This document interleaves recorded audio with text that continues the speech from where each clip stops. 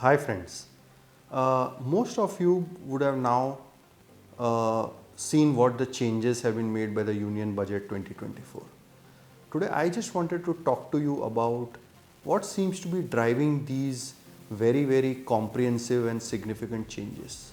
For example, on the long-term capital gains tax increase on listed shares. It seems that the government now believes that the capital markets are mature enough.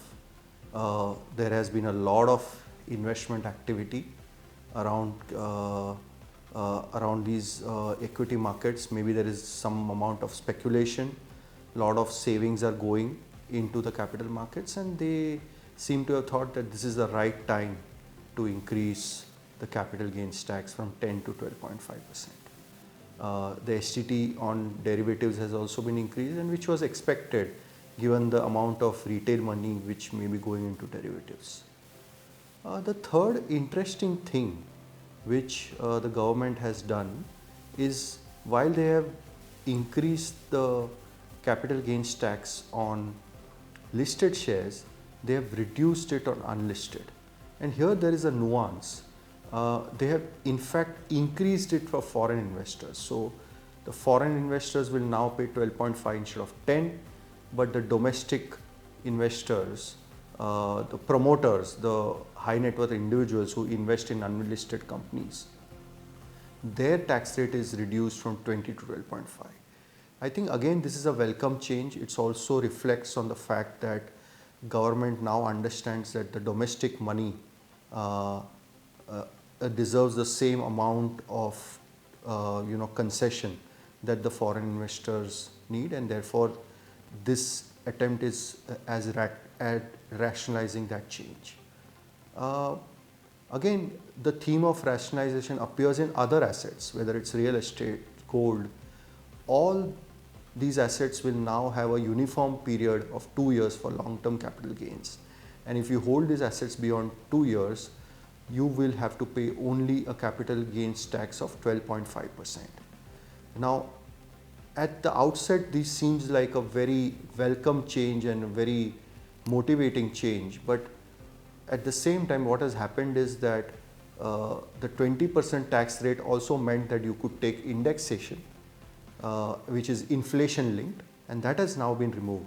So the government is saying that now we are giving a very moderate to low rate of tax, and therefore this additional incentive of indexation is not required.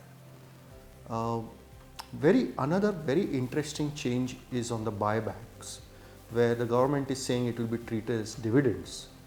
Now here obviously they are looking at reducing the arbitrage, because dividends for investors with the highest tax bracket would be taxed at 35.88%, whereas buybacks were taxed at 19%, or 20% plus surcharge, but 19% on the gross amount. Now that they have plugged it and they have said that it will be taxed as dividend. At one level this seems to be just taking care of some arbitrage, but at another level it also sort of is arbitrary to the extent that a buyback of shares is where the shares are extinguished and the capital asset goes out of existence, and to call that as dividend is a bit far-fetched. Of course, they have said that whatever you have spent for acquiring the shares, you will get it as a capital loss, but that is neither here or nor there, because if I'm not going to make any capital gain in the same year or in the near future, then it's like something where I am being sort of affected on both sides. So that's a very interesting and maybe debatable change, and we'll see how it plays out.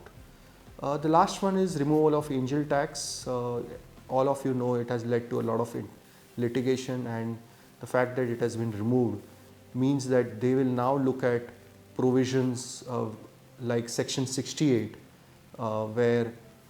which were always in existence, and where really the source of money will be examined, rather than omnibus provision like angel tax, which sought to penalize even companies, startups, high-tech companies where investors would come in at a premium.